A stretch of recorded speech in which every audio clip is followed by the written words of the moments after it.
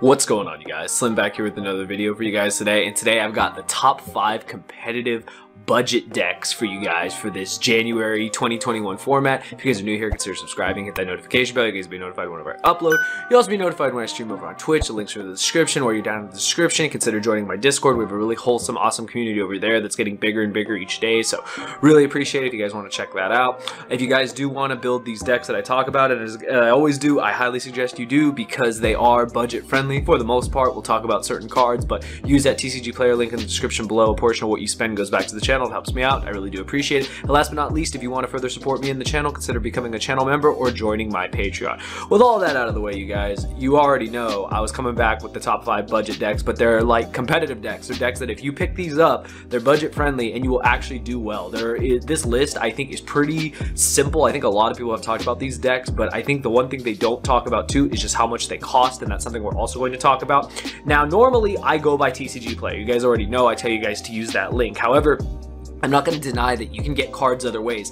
Before I ever used TCG Player, I always used eBay. And believe it or not, if you want to buy deck cores, it's kind of the best place to go, because TCG Player, you have to build your whole cart, which is fine and all. You know, sometimes they'll have discounts, sometimes stuff will happen, but a lot of times you just want to get everything at once. You want to make it quick. And literally with sites like eBay, you can actually do that. I know other sites like Tier Zero and other places, like I think they sell deck cores and stuff. So I've been doing research the last like a couple weeks, like just trying to see like what decks, you know, made this competitive list, number 1 and number 2, how much they cost. And honestly, I was quite surprised. They're really cheap. And when I say cheap, I'm going to say these decks probably won't run you higher than maybe $100 to $150 for everything. Now, that is a little hard to say because, again, you know, not every deck is designed the same, and literally you want to make sure that you have the best, best budget, you know, in mind, as well as the best possible deck you can play. But anyways, before I begin, there are a series of decks I need to mention before we get to the top 5, and they are the quote-unquote back row trap stunny decks,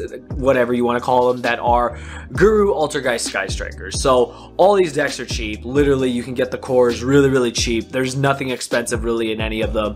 Altergeist core, cheap. Guru core, cheaper probably. Like literally, Hidden City's been reprinted. Like literally, the hardest card to get was the Hidden City. It was the most expensive card. Card's been reprinted. You can even get Guru as a common. You can just pay the couple extra dollars and get the ultra ones. Literally, all that stuff in that deck is cheap. Altergeist, same thing. There hasn't been an announcement of the new card that's coming out for Altergeist, so because of that, the prices have stayed low. And even though you can play Altergeist Dogmatica, you don't have to do that. You actually can just play straight up Altergeist. Now, you guys are probably wondering, you know, where's the money going to come? You know, if you play a pot of extra, which of course I want you to, they're honestly like 20 bucks a piece, and you could probably even get a deal on them, get them lower. Like I said, these decks will run you 150 or less, so I think it's a really good budget option. All these like stunny decks, as well as Sky Striker, all those engine really cheap. I just wanted to mention them, get them out of the way, because I felt like, you know, I'm not going to do a top 10 decks, but I'm going to put these all in one category, because while they are, you know, considered control decks and stuff like that, they are still very good against the meta. They can combat against the meta, and if you aren't prepared for them, trap decks are very strong in this format. Trap decks are very strong, and Sky Striker can play going second and can really get a lot of advantage with their spells going. They may not have engage, but they can still do a lot of things, and unfortunately they are a Mystic Mind deck, so do remember that. Anyways, with those out of the way, we'll go on to the first deck, which is actually Shaddolls. My boy Pack, shout out to him. He literally has shown what you can do balling on a budget playing the Shaddolls structure decks. Literally, you can go and buy 3 Shaddolls structure decks. They used to be $10. I don't know if they've gone up. And literally, there you go. You've built your whole like Shaddolls core. Now, you could also go on eBay, go on TCG Player, put all your things together, and you could literally get a core for about 30, 35 bucks. I'm not even joking. Like literally, it's that cheap. All the stuff has been printed in common. You can get the hollow versions if you want, but really, there's no need. You literally can just build the deck with the structure decks to get you started. I know a lot of people are like rarity whores. They like to, you know, get high rarity cards, but think about it, you guys. If you're just starting out, if you're on a budget, don't worry about rarity. You can always update stuff later. There's no reason to invest needlessly when you're just starting out or you're just coming back to the game. I always suggest you guys don't do that. You guys are thinking, you know, do I need any real expensive cards for the deck? Not really. It depends if you want to go another route besides pure Shaddolls. Like Pack has shown Shaddolls plus the trap version of Shaddolls. Now, in that sense, you might need some higher, like more expensive trap cards like Ice Dragon's Prince and stuff like that. But again, you don't have to. There's a lot of just good, like, alternatives that you can use, like, you know, Solemn Strikes and stuff have a bunch of reprints. All these traps, like Crackdown, all these different trap cards you've seen that people play in Shaddolls and stuff like that, like, literally, they are cheap. So don't sleep on those. They're definitely something you can do as an option. You can also just do a lot with Shaddolls in general. So it's a really good starter deck, I think, for a lot of players coming back to the game who haven't played in a long time. Like I said, I don't don't know if you can get the structure decks at $10 a piece anymore, but it's definitely an option you guys should have. Next, I've got Unchained. You guys already know I had to have Unchained on here. You know, shout out to Coder, Barracks Bear, my boy Gage, everyone that plays that deck. That deck core is literally $30, if that. I'm like not even exaggerating. I could not believe how cheap it was. I almost got one myself because literally you can get the whole deck so cheap. And I'm talking about all the main deck cards you need, which are the monsters, the spells, and the traps, as well as the extra deck. And the thing is, okay, if you're going to be like Coder, if you're going to play Extrav, again, that's about $50 to $60. That's really not that bad, especially for a card that's as powerful as Extrav is for the deck. And you just max out on your Unchained links and you're good to go. You can get the Abominations, you can get the other ones just really cheap. And it's just like, it's amazing like how cheap that deck is. Now you guys are wondering, you know, why would I put it on this list? I like, similar to Shadol's, I think this deck is very competitive in the hands of the correct pilot. This deck floats forever. I've already said it. It floats more than Pennywise's Victims, and this deck is literally insane. I've played against it so many times. I'll be honest with you guys, it's so frustrating. It is so frustrating because if you don't have a way to send the monsters, you have to destroy them constantly. They keep floating and floating and floating, and I swear it's just insane what the deck can actually do. So definitely do not sleep on Unchained. Very cheap, about 30-ish bucks, and you can also combine it with Evil Twins, which is something that I heard some players are doing, so definitely consider that. I don't think the Evil Twin cards are that expensive either, but I didn't put them on this list. I'm just giving you guys some options. Pure Unchained, the way Coder plays it is really nice, so you definitely can do that, and you could definitely benefit from that, playing that version of the deck. So I wanted to give you guys that option as well, because I believe, again, in the hands of the correct pilot, the deck can be very strong in this format.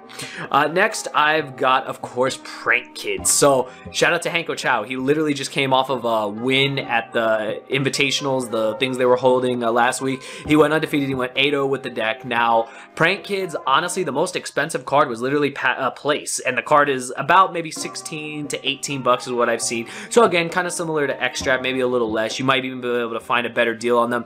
That's like your most expensive card. All the Prank Kids are starting to go up because of tournaments. They price fluctuate, but honestly, they're only like $1 or $2 per piece, and you literally just need to max out on them, and then literally just add the rest of the cards. They're all really cheap. You don't even have to play cards like Talents. You don't have to play any pot cards. You don't have to do anything like that, and then you can just add hand traps depending on what hand traps you have access to, and a lot of hand traps have been reprinted multiple times, so they're not that expensive. Cards like Bell, cards like Meister, cards like Ash, all those cards have all been reprinted, Droll, etc. You can get all these cards for a lot cheaper than usual.